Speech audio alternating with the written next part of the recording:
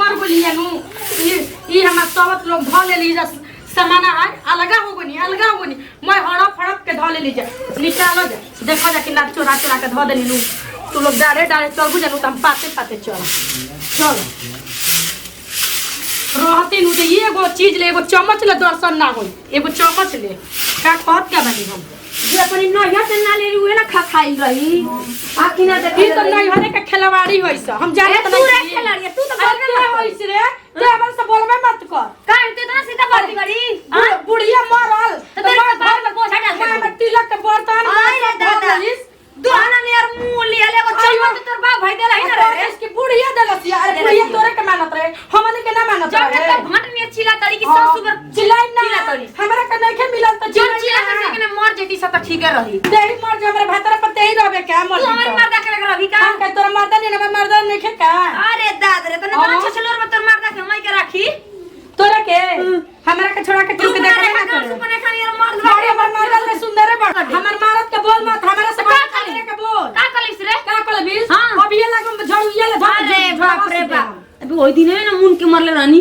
आइले बतियावे कहते नु हमरा मर्द के नाम मत ले त तू का कली टपकी वाली के ना के बुढ़िया मरले रानी के ना भुला गेली हां भुला गेली कौन चीज जाके ना पचार तो धर के का तनी के तोर मुड़िया आइछ देख मर जे भूल वाला आइछ देख के बजबजा मर छोड़ के लिहाजे नहीं के रानी में धोना चल रही लड़े लिहाज करे ला के मुंह हमारा खले भौजा जाना तोरा नियन खोरा में गोतिनी नहीं किस तोरा ले त हमर ओ चबन में गोतिनिया ठीक बाड़ी दूसर के हमारा अपना लेखा रहेला एकरा नियन त चोरी ना देखनी काने ना कर माई बाबू कैसन शिक्षा देले बा एकर लागेला कि खानदाने ओइसन हां बतावा हो केतना ही हमरा के चिलवा देला या के हमरा के का हो बुची बोली का भइल बाटे हो तहा जोन बड़की बाड़ी आ खूब दुआरी पर गरिया होते गइली ही हमर सास से बैठ के खूब अरे ओकरा के हम का कहि बैठा उ त नयरे के खेलवाड़ी भी बुढ़िया के मरते मैं सामान लेके हम रख लेलो कहतिया नु कि आइल हियो 15 दिन पर नैहर से जब न तब नैहरे भागल रहतिया हमरा के कहतिया आपके के धोके झोटा ला सार देम देखत रहियो कहतिया नु कि हम कुल घर में के सामान चोरा के अपने में रख लेतिया कहला हिया वैसे अभी तो चोरौले नहीं की लेकिन अब ओकर चोरा के रखम आई हमरा भिरीनु तो ध दम पटक के छतिया पलातवा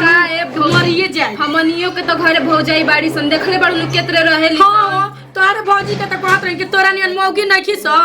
जाके देख तो चौबन को कितना बढ़िया बाड़ी हमर भौजी में मिल जाई हन का हमर भौजी से तू सुबह तो बतिया कहनी है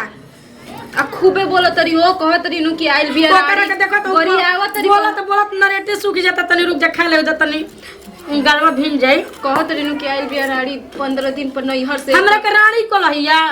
हमरा जियते मरत के रानी हमरा के कहतिया रे बनी उ राण हो जा वो के खानदान हो जा उ हो जा हमर भतार के मेहर बन जा एगो गति ओकर ना छोड़ जा कि अभी बता के आवत तनी आ कहां चल लोड़े कति जा छोड़ ना हमार घरवा में जइबो मत करिए ना तोरा घर ना के जा हम ओकरा घर में जातनी ओकरा घूस के मारो तो अब हमरा घरे नु बिया हो जा लड़ खूब लड़ एक हम कहत हूं देख ले ओकर लिया बना ओकरा के घर में घूस के मारो ओकरा देख ले के ना वैसे रखे लवाड़ी निकल तो निकल रे निकल तोरा के ते हमरा के का बोले रे किते हमरा के रानी बोलले हां ते रानी बोलले हां हमरा के हां मैं तो कैसन ते हमर भातरा प ते हमर मांग देबे तोर मांग धोवा जा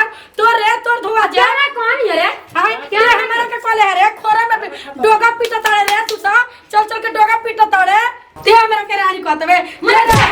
भाई से लड़े ले हो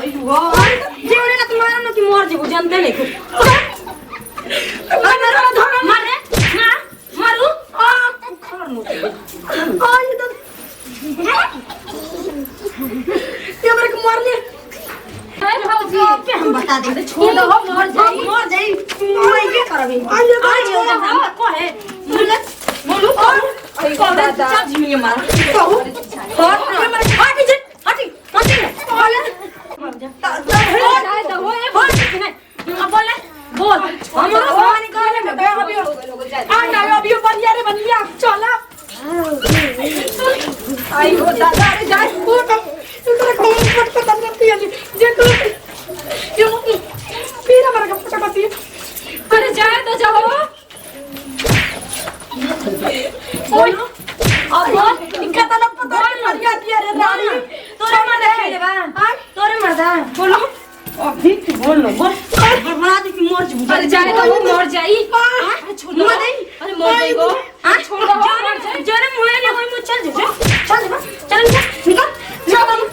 निकल जा तोरा के काम बाद में देख ले अरे जा अभी ना देखा तू बंद तेरे के लिए सार के मन बड़ा ना हम अपने भत्तार के लेके अरे क्या करी तू देखी हम अपने तेज हुआ के लेके आओ तो धर के जो ना जो बाबा भी बात अगर आप पूछे कितना पानी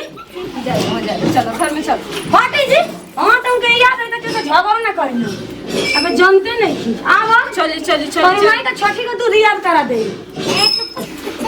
आवा जा बाड़ी जाए तीन के जान के मन मरत खिया खिया के बढ़िया रखे लगी कुल गांव में आराम से लड़ा खाना ना चिन्ह के लिए उतरी